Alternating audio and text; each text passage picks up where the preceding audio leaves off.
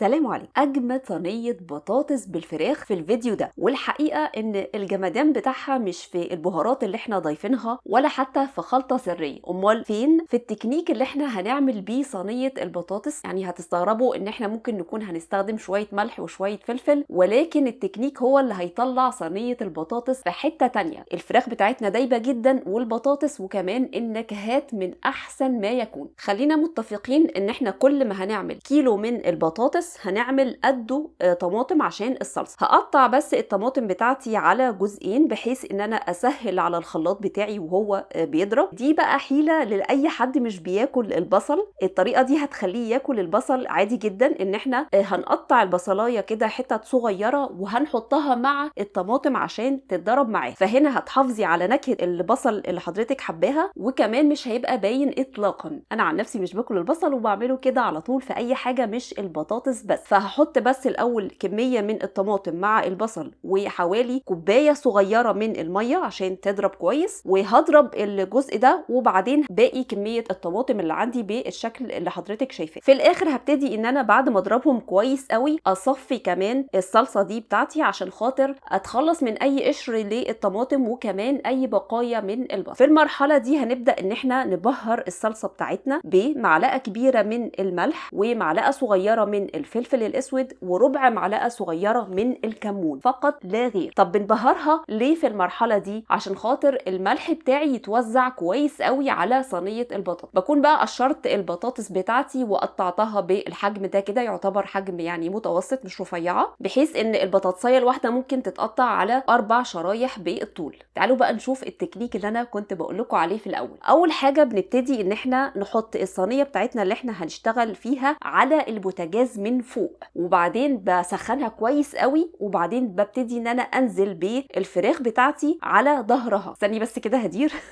نزلتي بالفراخ من غير ما تضيفي اي حاجه ولا مثلا زيت ولا سمنه. ايوه، احنا هنا هنعتمد فقط على الدهون اللي موجوده في الفرخه، وجربيها وهتشوفي هي طعمها هيكون عامل ازاي. بعد كده هبتدي ان انا ارص شرايح البطاطس بتاعتي. هبتدي بقى انزل بالصلصه بتاعتي اللي احنا جهزناها من شويه، وهحاول ان انا اوصلها لكل البطاطس كويس قوي. طبعا هتحسي ان هي تقيله شويه، فطبعا عشان هتقعد في الفرن فتره طويله المفروض ان انا هحاول ان انا احط عليها شويه ميه. انا هنا مثلا احتاجت معايا حوالي كوبايه صغيره من الميه. هسيب بقى البطاطس على البوتاجاز حوالي مثلا 5 دقائق كده بحيث ان هي تغلي كويس قبل لما ادخلها الفرن. خدي بالك بقى انا هقول ايه هنا. هندخلها الفرن المسخن مسبقا على 200 درجه مئويه. فين بقى؟ في الارضيه بتاعه الفرن مباشره عشان تستوي كويس، حوالي مثلا 3/4 ساعه. وبعدين هبتدي ان انا اطلعها. برضو هكون حطاها على البوتاجاز، يعني عايزه احافظ على الصينيه بتاعتي سخنه عشان هدخلها تاني الفرن. طب انا طلعتها دلوقتي ليه؟ عشان انا محتاجه اطلع الفراخ على وش صينيه البطاطس بحيث ان هي تاخد اللون الذهبي الجميل. فهحاول ان انا اشوف اماكن الفراخ اللي انا حطاها. طبعا حضرتك هتكوني عارفه حاطه الفراخ فين، فهتحاولي تشيلي البطاطس اللي فوق الفراخ وبعدين تشيلي الفراخ من الجزئيه دي وتحطي البطاطس اللي شلتيها تحت الفراخ وترجعي الفراخ تاني عليها بحيث ان يكون وش الفرخه لفوق، عشان ده الجزء اللي احنا عايزينه يتحمر، بحيث ان في الاخر يبقى شكل الصينيه كلها الفراخ هي اللي على الوش. طبعا حد هنا هيقول لي طيب وليه ده كله؟ طب ما انا ممكن احط من الاول البطاطس تحت واحط عليها الفراخ من فوق وادخلها على طول مره واحده الفرن. هو صح ممكن جدا، ولكن فارق شاسع في الطعم بتاع الفراخ بالطريقه دي. حضرتك لما تجربيها بنفسك هتعرفي انا بقول ايه. شكلها بقى لما بتطلع من الفرن بيبقى بالجمال ده. طعم كمان اجمل بمراحل. هتلاقي البطاطس دايبه جدا، الفراخ كمان مستويه كويس قوي واخده من نكهات الصينيه كلها. جربوها وقولوا لي رايكم فيها ايه، وقولوا لي تركاتكم فيها ايه كمان. وبالصحه والهنا.